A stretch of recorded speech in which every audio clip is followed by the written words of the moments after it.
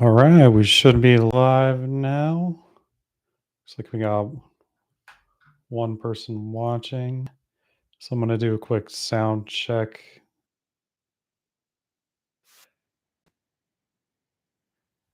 I'm stuck in ad right now. So if anybody's out there, give me a sound check.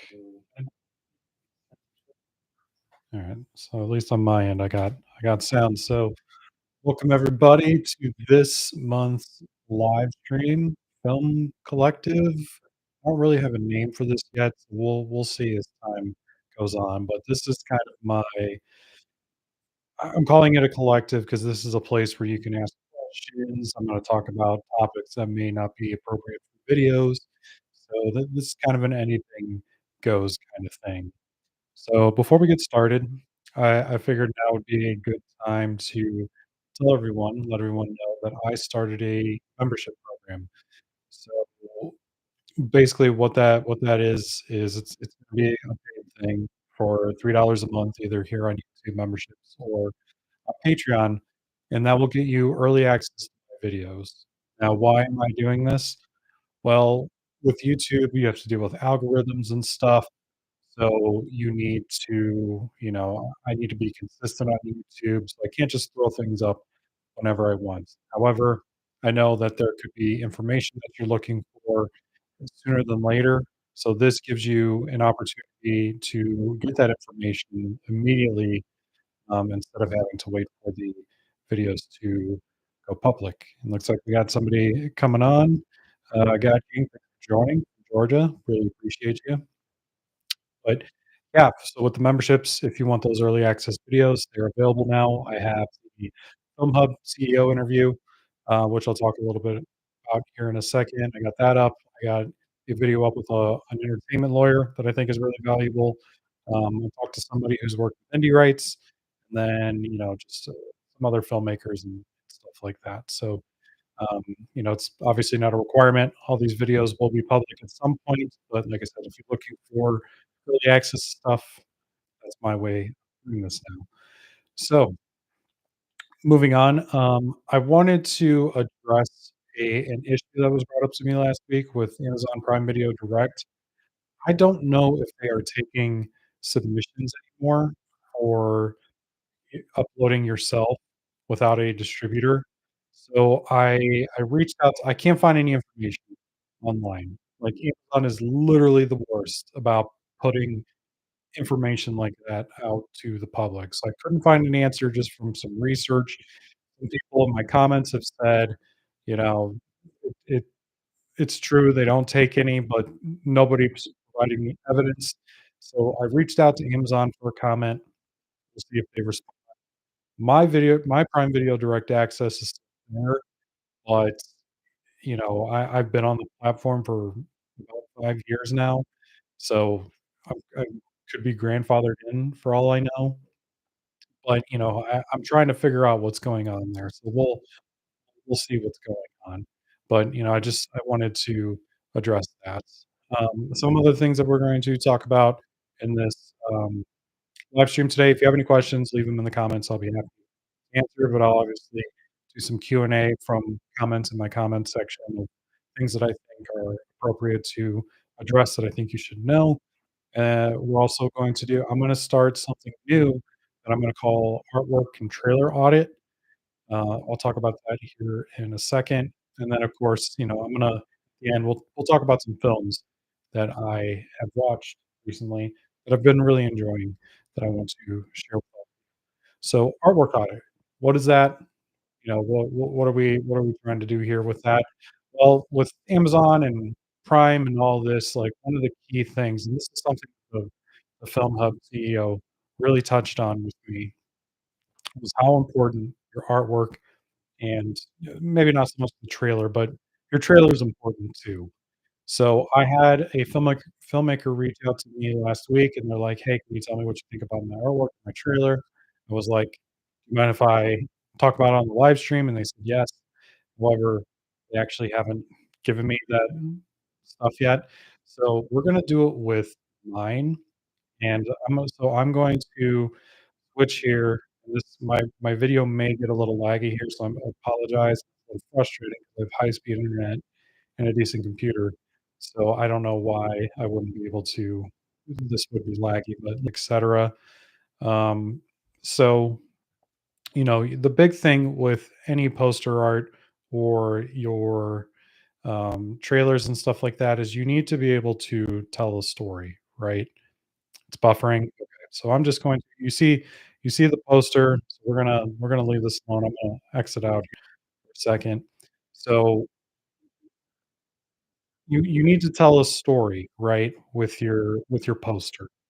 That's the main thing. So, for an example, Cashing Out is a crime drama film, and, there needs to be, it's about poker robberies and all that. So, I need to be able to convey that effectively in a poster, right? And as well as my trailer.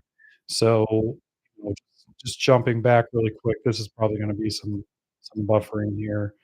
I don't how I'm gonna do this. Well, you can see the poster behind me. The poster's behind me.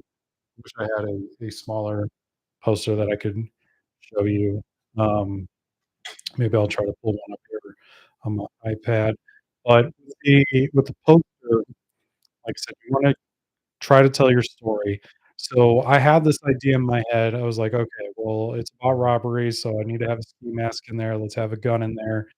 I need to convey the poker aspects. We have cards, we have poker chips, etc."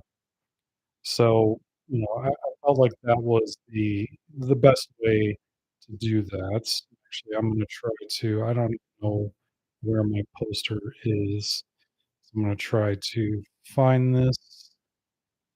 Cashing Out film. Sorry, guys. I don't know why there's latency on this. Like, I'm not doing anything crazy, so I'm gonna have to look into some different streaming software so I can actually show this. One second. When I look up cashing out, it gives me something different. My iPad is being slow. Come on, let's go.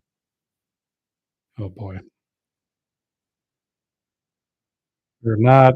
You guys are getting the full experience with this. Let's see. Okay, so we got the poster now. Come on.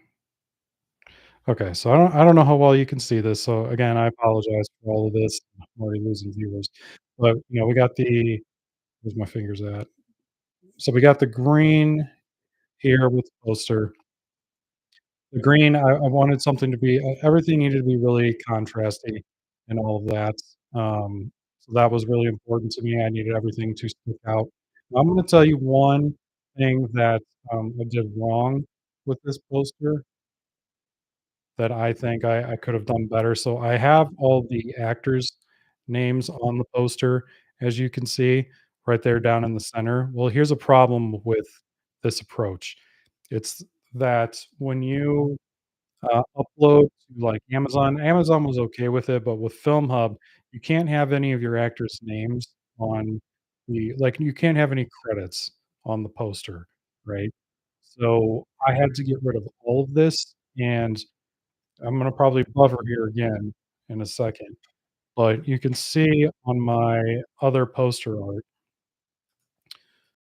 that's all of that's gone. So it's just cashing out in the center, and then we have a lot of blank space on the top and the bottom. It's not something I really wanted to do, and it's not really something that I thought of. So unfortunately, that's just the way it goes, right? So that's something you wanna keep in mind. Um, you know, I don't know how much it did everything as far as, the movie goes, but kinda is what it is. I guess I could have redone my poster, but I was kind of burnt out at that point, so I didn't wanna create entirely new poster in order to kind of fill up that space. But, you know, Film Hub's requirements, like I said, is that you need to have your image, it can't be stretched. So that was something I had to keep in mind with creating the different sizes. It can't, you can't have, laurels or anything on there, so I can't use laurels to fill that blank space like I was talking about. Pretty much just have to have image and title. That's like the simplest way to do things. Image entitled. So that's essentially what I did here.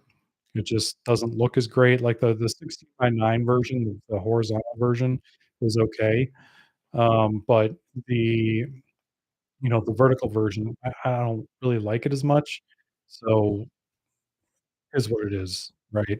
So, keep that in mind when you're creating your poster art, like, you want to, and other things to keep in mind, like, how do you tell a story, right? So if you're like, say you're making a horror film or something like that, having, like if you have, like, a particular monster in your movie is obviously a good way to sell that.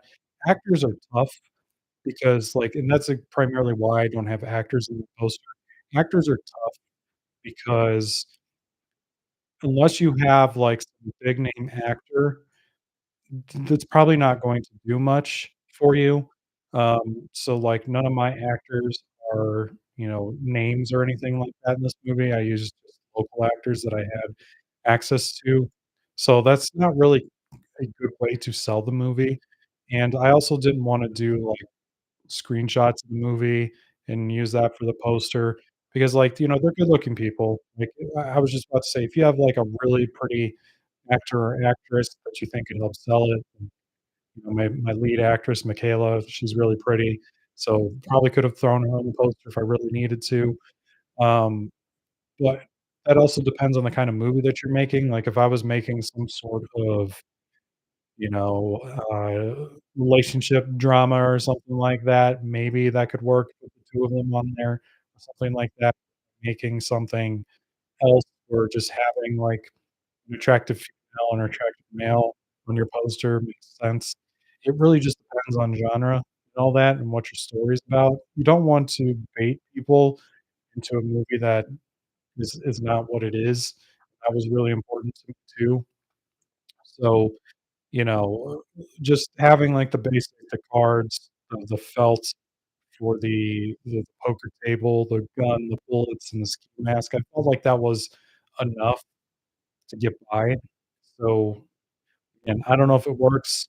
I don't know how anybody else feels about the poster. I think I did a pretty good job, but, I know it's not the best. I wanna touch a little bit on my conversation with the CEO, so this is kind of a transition into that, but, the CEO of Film Hub told me I asked him, like, "What are your best tips as far as, like, how filmmakers can have the most success with Film Hub?" The big thing that he talked about was the poster art. He said, "If you're going to invest in anywhere, invest in the poster art." And I will say that a lot of filmmakers who come to me to help them with their getting their Film Hub, Amazon Prime, etcetera, most of the times, they don't even have a poster. So they don't have anything like, I've worked with a larger filmmaker, to get their movie on Hub and Amazon, and they didn't even have a poster when they came to me.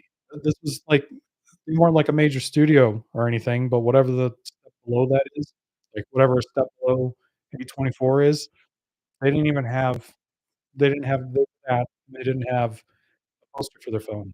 They had a name actor in their movie, so that's what we ended up using, but it was kind of an afterthought. Like, I just kind of, like I was just like, "Just give me an image, and I'm just gonna have to make it work." You know what I mean? Because 'Cause I'm not a graphic designer, like, I can't I design my own poster, but I'm not confident enough in my skills to, design your poster, you know what I mean? So, poster art is something like I would say poster art is something that you probably want to think about from the beginning. You know what I mean? Like, get inspiration because it can help dictate your story too. Like, look at other films that you are inspired from in your genre, see what they're doing with their posters. I mean, there are tons of examples. I mean, horror I always go back to horror movies, but horror movies are probably the easiest example. If you have, like, a very specific horror movie, like, say you are making, like a ghost movie, well, look at other ghost movie posters. See what they're doing. If you're making a slasher film, see what other slasher movies that they're doing. Like, I have a good friend, John Eisberg, who made his slasher film, Final Summer. Very Friday the 13th-esque, but he's got his he didn't have any name actors in there. So he just, he focused on the killer and making it about that. So, just keep in mind, do your research when you're creating your films, especially when it comes to the poster art. Now, moving on to my conversation with, the Film Hub CEO. So, I had the privilege of talking to the Film Hub CEO. I probably shouldn't have, I jinxed myself a little bit because so little backstory here, he called me well, he didn't call me, he emailed me and said, "Hey, like, can we hop on a call? Like, I just wanna introduce myself, learn a little bit about you, etcetera," back in December, and I thought that was really cool. So I took the call and, we talked a little bit, and he just wanted to tell me, like, figure out who I was, what my goals are, etcetera, and, you know, he talked to me about their new referral program, so he introduced me to that and all that, and, during that conversation, I was like, "Hey, once in a lifetime opportunity. I'm gonna shoot my shot. Would you mind coming on the channel and, doing an interview?" And he said, "Yes." And, took a few weeks from there to kinda set up that whole process, but, we made it happen, which was awesome. And, I would say he was pretty candid about, Film Hub, the pros, the cons, all that. We even got into a lot of concerns that filmmakers have. Like, one question I pressed him on in particular was, uh, how their rights work, because a lot of filmmakers come to me and they say Film Hub owns your movie in perpetuity, and, they own your film forever, and you're never gonna get the rights back, and when you take your film down, they still have it up. I'm like, "Okay, so let's ask him about that." He cleared that up. I will say that I would prefer you guys to watch the video for sure, so I'm not paraphrasing or anything like that, but a lot of things were cleared up. I feel good about Film Hub still, um, but it was a great conversation. It was a short conversation. He only gave me 30 minutes, which was fine. I wish I would've had an hour with him just to kind of explore things a little bit more, so the interview might feel a little rushed, and it's just because of that, and I had a lot of topics I wanted to hit, but, I left the opportunity open for him to come on in the future afterwards, so we'll see if he does that, but it was cool that he was willing to come on the channel and talk with me. So, like I said, that's in the memberships right now. If you guys wanna wait, I think that one comes out February 16th publicly, so that'll be your opportunity to check it out. So that's all the big topics I wanted to talk about for now, so let's get into some Q&A. Looks like nobody's hanging around right now, so this'll be a good video on demand thing. I will say I try to answer all of my comments within a reasonable amount of time, but as I was scrolling through, I saw that a lot of my comments, were left unanswered. It was because YouTube thinks that it was answered, and I think that's just because it was going through, or it was probably in a thread.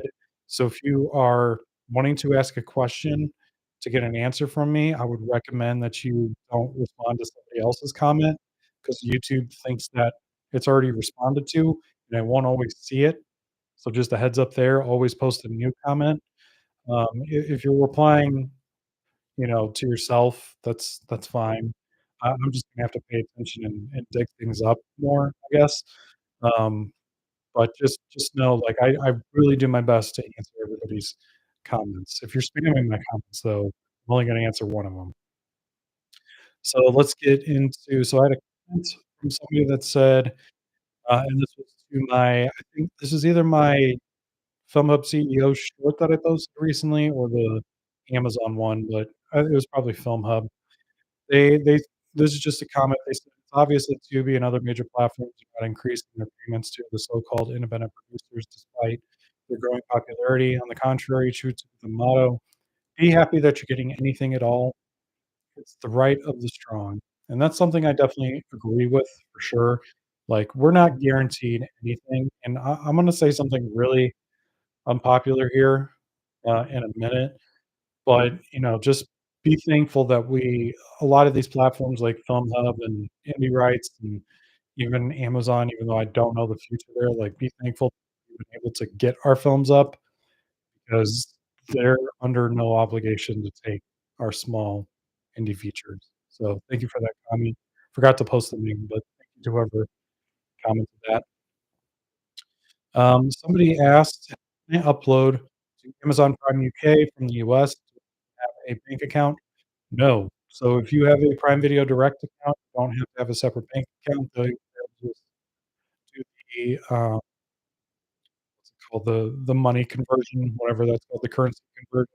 So you don't have to do anything there. I've distributed to Amazon in the UK, didn't require anything special. Like, I think you need to fill out a tax form, and you just kind of fill it out the same way you do your US one. So nothing different there. Um, but you don't have to, like I said, they do all the currency conversion and all. Somebody made a comment, my Film Hub CEO video, "Why are they kicking off so many films from Film Hub then?" This is where I'm gonna say something really unpopular, but, this is a comment that provides no evidence, and I'm going to say that, people say, like, "Film Hub keeps your rights forever, and they're not taking films and this and that and the other." Again, like I just said, none of these platforms guarantee us anything, right? It's just the opportunity. People seem to forget that they feel like they're obligated because of this, that, or the other, that our films deserve to be on these platforms. Now, I love the opportunity that these platforms have made it more accessible to people like us, but that just still does not guarantee anything. Now, to address this comment in particular, why are they getting off from Film Hub? Where's the evidence of that? Like, people make all these crazy claims in my comments, and they never present a lick of evidence of what this means. Now, I'm going to assume that they probably saw one Reddit post where a lot of people are angry about something about Film Hub. Oh, Film Hub took my film down. They probably saw 2 or 3 comments, like, "Oh, everybody's films are coming down." And I just I don't see any evidence of that. So if somebody can provide me evidence of that, sure. But again, let's just say they are taking films down. Well, it's not entirely up to them on what platforms they're looking for. All these different platforms have different, you know, obligations or requirements and all that and QC requirements, and quite frankly, your film just might not be a good fit for them. It sucks, but that just might be the truth. Like, if you made a film and the quality's just not quite there, you have a lot of technical problems, maybe the story isn't great, maybe the acting's not great, maybe this, that, and the other. I'm not saying that your film doesn't deserve to be seen, but that doesn't automatically, just because you can Film Hub or somebody else makes it accessible for you, that doesn't automatically guarantee that you need to get on these platforms. The Film Hub CEO kind of gave me some insight or gave us some insight into what the platforms are looking for and how that whole process works. So just keep that in mind. It's not like I feel like, with YouTube or anybody's just kinda able to put content up these days, that just means that everything just automatically deserves to, get up on everywhere, and that's just not the case. So, and that's probably a really unpopular opinion. If you know of people or can provide some evidence, everybody's getting films kicked off of Film Hub, let me know, but I just don't see it, and that doesn't seem to be the case. Somebody said, "Thanks for your videos. I got licensed on Amazon through Film Hub. Following your videos, accepted first try with stuff made by myself." Not sure what that ending there means, but congratulations. That's awesome. Kind of a testament, like I said, in these videos. If you have a decent quality film and do everything I say step by step in these videos, there's no reason why these platforms shouldn't take your film, unless they're just, not accepting this type of content anymore. But pretty much almost 100% guaranteed you're going to be picked up. Victor said the mic is staggering a little bit. Yeah, I gotta do some more testing with the live streams. This is a little frustrating because I'm using YouTube's live stream thing, so maybe I'll have to try to use, what's it called? Riversides. The Riversides is where I record all of my interviews and stuff, so maybe I'll have to try that next time and see if it helps with some of the latency issues. Like, I don't think using any I put this in the lowest latency. I have high-speed internet, so I don't know what the problem is. So, I'm sorry if the quality is not here today, but I'm gonna keep pushing along, but thank you, Victor, for pointing that out. I'll do some more tests here in the future and see if I can get that solved. Let's see here. What software and gear do you use for YouTube videos? So I'm shooting on a Blackmagic Pocket 4K, giant aperture light right here. Actually, I just installed a new light. I'm flashing out poster to give me some more background light. That's just a cheap aperture light too. Obviously, I got the Shure. I forgot what this one's called. SM7B. Uh, this mic is kind of a pain. So if you're looking to keep things budget friendly, don't get this mic. They have another Shure mic that works probably good enough, like $250. This setup with the boom arm and this mic, and I had to get a cloud lifter. It's not worth the price. Like, the quality's great, but I could have gotten decent quality for a lot cheaper. And then I added everything in Adobe Premiere. I also, record all my interviews inside of Riverside. Um, so yeah, there's that. Do you need E&O insurance for Tubi? No, you do not. And actually, this was something that I addressed with the Film Hub CEO. I was like, "Hey, what's the bare minimum deliverable requirements for getting on platforms?"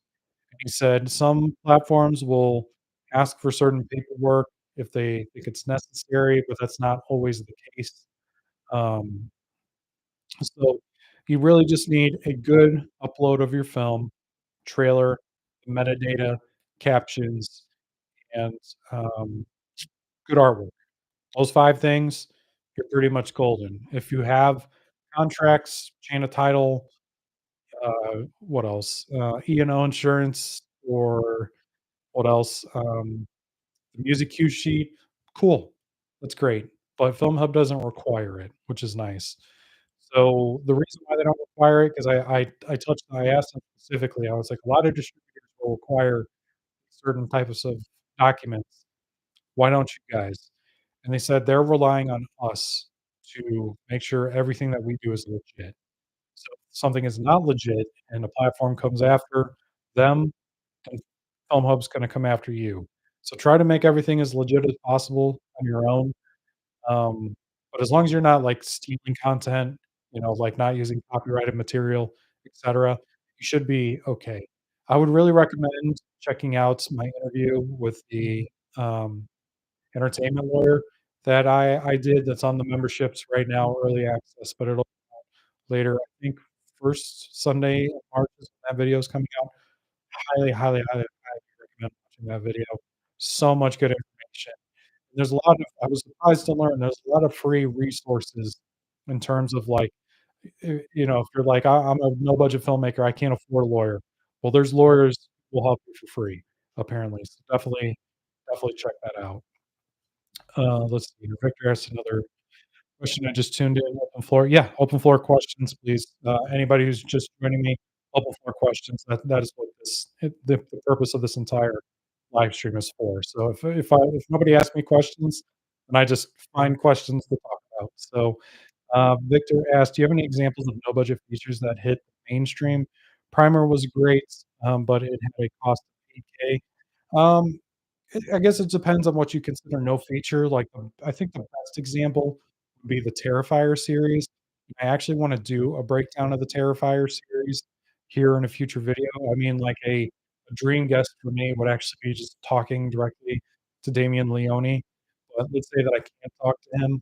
I would love to do a breakdown on that series because I think it's a masterclass of going from no budget to mainstream. Like, it's not working with a major studio, but, $2 million budget on Terrifier 3, hits theaters, makes over $50 million, all independent, Cinderella story right there. So that's the one that's kinda top of mind for me. Primer's a good example. Budget of 8K, budget of 8K would be considered no budget. Like, I know that's not true, like, no budget, no budget. Um, I can't think of any in particular right now. I'll have to do some research, but Primer's a really great example. Primer is a rare one too, like, it's not probably a good example to look at now just because it was made for such a long time ago, and I think that was a Sundance film, if I'm not mistaken. So, Sundance doesn't really take movies like that anymore, like, they're not gonna take an $8,000 budget movie. They're honestly, Sundance is hardly even independent anymore. Like, I've completely lost interest in anything Sundance related at this point, like, they're just it's mainstream. It's bigger indie, don't get me wrong, like, you're not gonna watch the new Transformers movie at Sundance, you know what I mean? But they're not as friendly to independent films anymore as they once were. So I'll try to do some research. I'll make a note of that, Victor. Great question. But Primer is a good example, but I think Terrifier is probably the best example, although the first movie was made for, about $50,000, but $50,000 is pretty much 8K to what 8K was when Primer was made. So let's see here, and keep the questions going if you want to. I'm gonna go till about 12 o'clock Central here, um, unless, just I run out of things to talk about, but feel free to flood the comments with questions.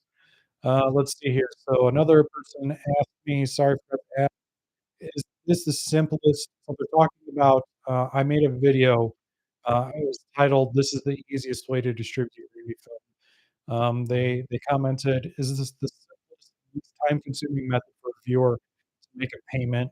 And they were specifically talking about older people. So, that method is pretty simple. The TLDR is like you're basically becoming your own, distribution platform, your own OTT platform.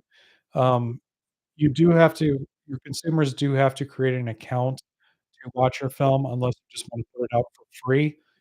There is that option, I guess, and they could just go to your website and watch the movie. But unfortunately, that does require you to create an account. I feel like it's pretty simple. I wish there was a way to shut that off so you can just check out as a guest. So I'm gonna make a note of that and check check on that. But that I mean, apart from just putting your film on YouTube and letting people watch, I feel like the Vimeo OTT platform is the easiest way to distribute your film. So definitely check that out. It was one of my most recent videos. If you are looking for kind of an alternative way to distribute your film. So yeah, definitely check that out. Victor asked, I'm having trouble convincing local actors to commit without some sort of compensation. You're gonna run into that. It definitely is a problem. I wanna make a video about that specifically here in the future, so that's a question I started asking, like, not all these interviews are out yet. One question that I've specifically been asking filmmakers is, how do you ask for a favor from somebody, whether that be free or whatever? Like, I actually just interviewed a filmmaker yesterday, and it kind of boggled my mind as a process because he made the entire feature film by himself. He had quite a few actors, like, he had one main lead actor that was in the majority of the movie, but he worked with a lot of other actors. Nobody got paid in that movie, to my understanding, and it took him 2 years to film that movie. So he one person stuck around. So my advice to you, would be, like, how many actors do you have? If it's more than, like, 1 or 2, you're gonna have a lot of trouble. Like, if you have a lot of, like, day player actors, like, people who are just there for, like, a scene, those are pretty easy to convince people. But as far as, like, finding lead actors, like, my lead actors, they didn't get paid, for my movie. Like, I helped them out with, gas, and obviously I fed them too, not just pizza. Don't just do pizza, on your movies. Even just, like, some basic like, I did, like, a lot of tacos and pastas and stuff like that, which is just as probably cheaper than pizza. Like, it requires you to make it, which my mom, bless her heart, was willing to do that for me, but there are better alternative having a pizza day is fine, but you can't have pizza every day. But as far as finding, like, where to find these actors, try to find local Facebook groups. That's where I found, like, all of my actors. Um working on other people's sets. Like, I don't know how much time you've put into this hobby, industry, whatever you wanna call it, but, like, when it came time to for me to make my film, I'd been making films for over 10 years at the right? So I made films in middle school, I made films in high school, made films in college, I met a lot of people in college, I worked on other people's films in college. So I worked with a lot of people who were willing to kind of take that sacrifice, right? They were willing to see my vision because they liked who I am and they understood what I was trying to do. So, working on it, just getting familiarized with other people, building a good reputation of being I think, I interviewed a filmmaker, Tim Wolak, and one thing he hit on was be fun to work with, you know what I mean? Keep and you can make, like, some concessions too. Like, it may add some time to your film, but, you know, keep their schedules reasonable, you know what I mean? Like, you may not be able to get somebody to shoot for 12 hours a day, but can they shoot for 2 or 3 hours a day? Can you slim down your production process? Keep things simple, you know what I mean? So, somebody out there is willing to do that, you know? It may not be like a SAG act like, you're not gonna get a SAG level actor.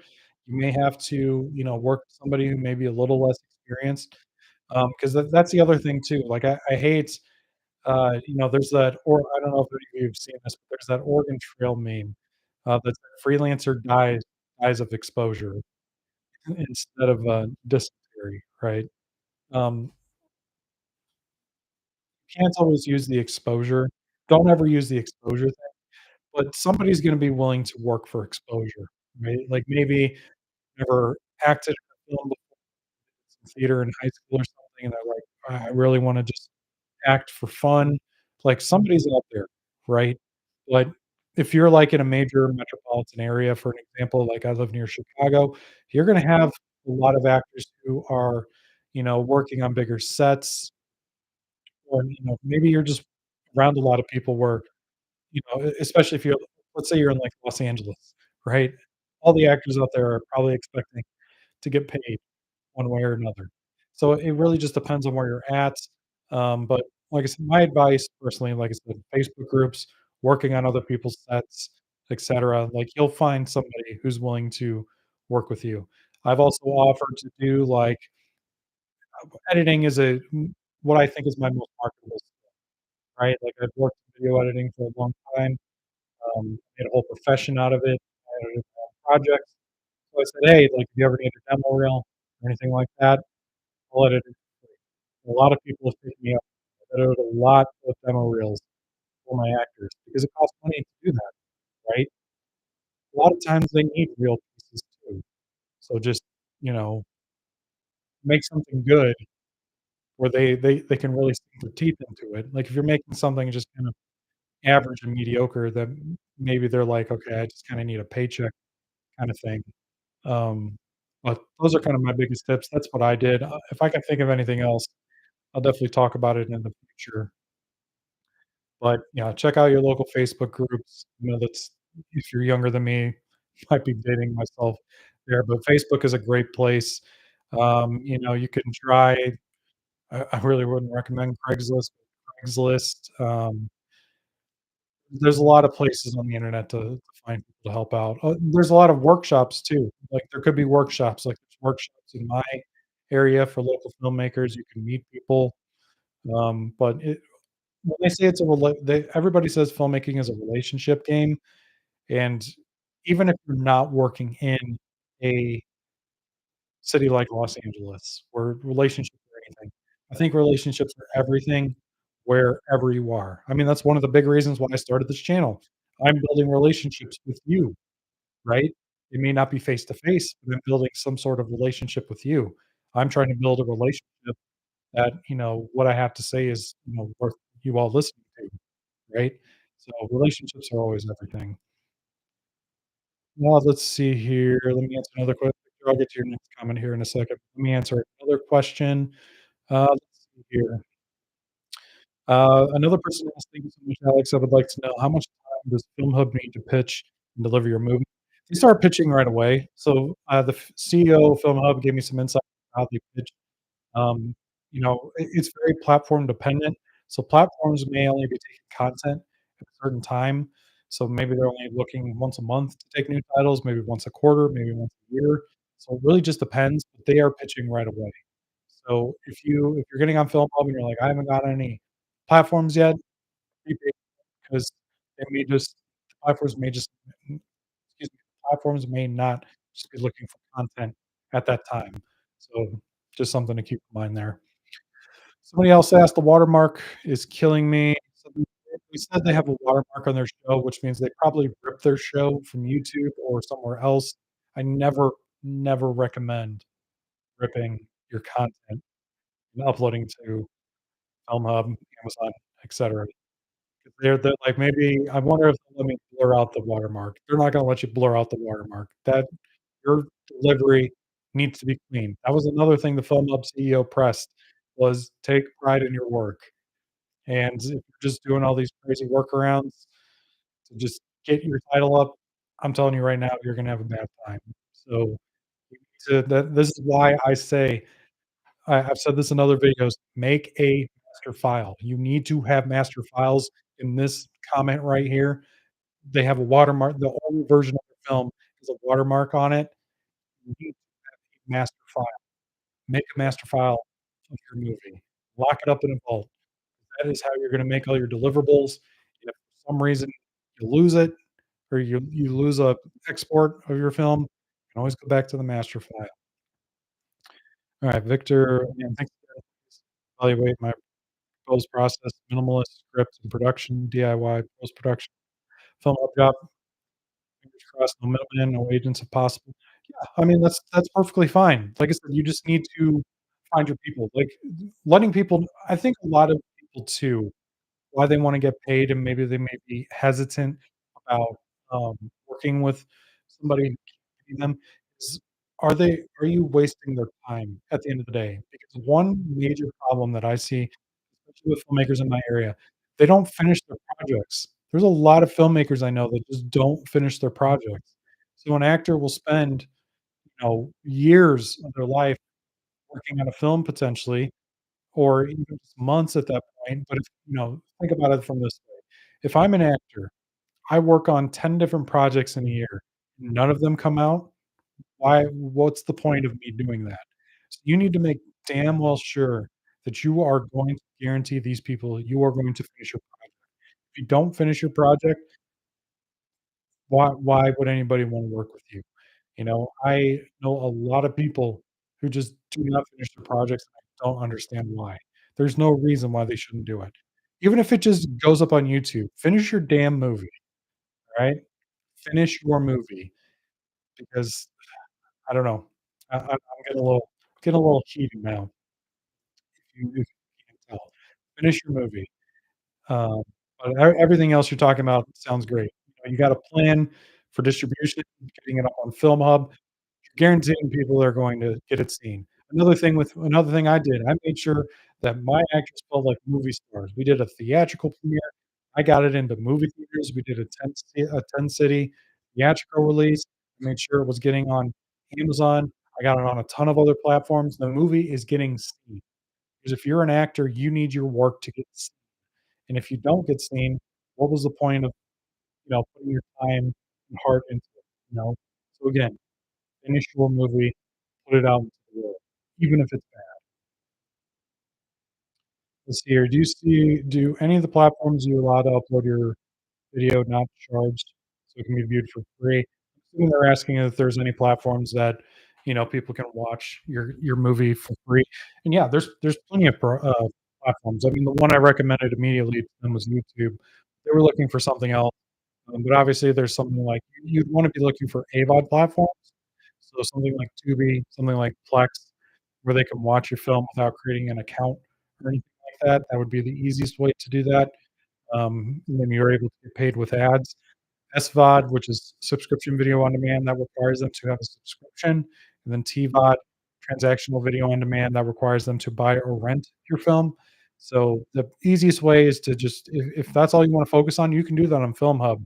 You can only distribute to AVOD platforms if you want. I don't recommend doing that because it's kinda pointless, but if you wanted to, absolutely do. Somebody asked, "Did your friend get the mix-up and story promo figured out with QC?" So I had mentioned in a previous video that I worked with a filmmaker who, had an in promo website on their film. So the film it wasn't a documentary, it was a feature film. It was like somebody did it was a very Gen Z film. They're like, "Hey, follow me on Instagram, come to my website," whatever, something along that line. I don't remember exactly. But Amazon doesn't allow you to have links in your film, and it didn't pass QC because of that. So they're asking, "How did you get around that?" And basically, we just emailed Amazon and we said, "Hey, this is part of the story." And after that, it passed QC. Let's see here. I submitted a feature film back in November, and I haven't gotten any traction on it. Is there something I didn't do correctly, or do I just need to wait it out? Like I said, just be patient, because the platforms may not always be taking content at the time that you are, at the time that you submitted your film, and they may not take the type of film that you have. So, 2 things to keep in mind, but definitely be patient there. Alright, so if you guys have any other questions, feel free to put them in the comments, but that's all I had, to talk about today in particular. So I'm gonna tell you about some films that I've been watching recently. So if you're a fan of Letterboxd, I'm on Letterboxd. My username is Shreddy, Sredy. If you wanna follow me, just keep up with what I'm watching. I don't rate movies on there, but I like to track what I'm watching. So if you wanna track what I'm watching, there you go. But some films in particular that I've watched recently, so my wife and I watched A Real Pain yesterday, the Jesse Eisenberg, Kieran Culkin movie. That's the second time I watched it, and it's good. It's a cute little movie. Highly recommend watching that one, and Kieran Culkin obviously got nominated for an Oscar recently. I rewatched Blue Velvet. I've been really wanted to rewatch and watch, the entire David Lynch filmography. I wanted to do that even before he passed away, but obviously now he's passed away, it got me thinking about it again. So I watched Blue Velvet. I really enjoyed that. Great film. So I'm definitely gonna be watching, a lot of his stuff here soon. I watched Nosferatu, I think right after Christmas. That movie was freaking awesome. Loved it. Love Robert Eggers. I don't know why people dislike it, but totally moved me, very atmospheric, just I found his breathing a little annoying at times, but, I'm gonna give it a pass just 'cause I like everything else, but Nosferatu was awesome. I don't know if it's in theaters anymore near me. Wish I would've been able to watch it again, but highly recommend checking that one out. It just came out on Netflix. If you haven't checked it out, definitely check it out. Yesterday, I watched a movie called Aftersun. That is the film with Paul Mescal, and I don't remember the girl's name, but that movie, it's interesting. It's a very small A24 drama, and it it didn't hit me right away, and I started watching clips on TikTok. If I see a lot of movie clips of something on TikTok, it's pretty much guaranteed to get me to watch it at some point, and I've heard it's really good, so I'm like, "Okay, let's go and watch it. Might as well check it out." So yeah, I watched it, and it's one of those films that is not, like, trying to tell the audience what it is, if that makes sense, and that's something I really respected about it, and as more clips of it started popping up on TikTok, um, so I that's when it really started to sink in. The film is basically about a father and a daughter, going on vacation in Turkey. It's from the perspective of the daughter and her memories of that vacation, and, you know, it's a very heartbreaking film once you start to think about it a bit, what it all means. So, I won't say anything else from there. I would just recommend checking it out. Be careful though if, it's gonna tug on the heartstrings a little bit. So, I think, no more questions are coming in. I think that's where we're gonna end it off today. I was a goofball and I forgot to schedule this live. I set up the whole stream because I wanted to give people, the opportunity to know that it was coming, and I forgot to make it public. I will do a better job of that next time. But thank you so much for watching. If you are watching the on-demand version of this, feel free to leave a comment. I will respond to it. I'll respond to it, via YouTube, but I'm talk about it next month. But yeah, feel free to leave me any comments. I got a lot of great videos coming out. If you guys want to help support me, check out my future film cashing out link in the description. Yeah, other than that, thanks so much for watching, and I will see you next month.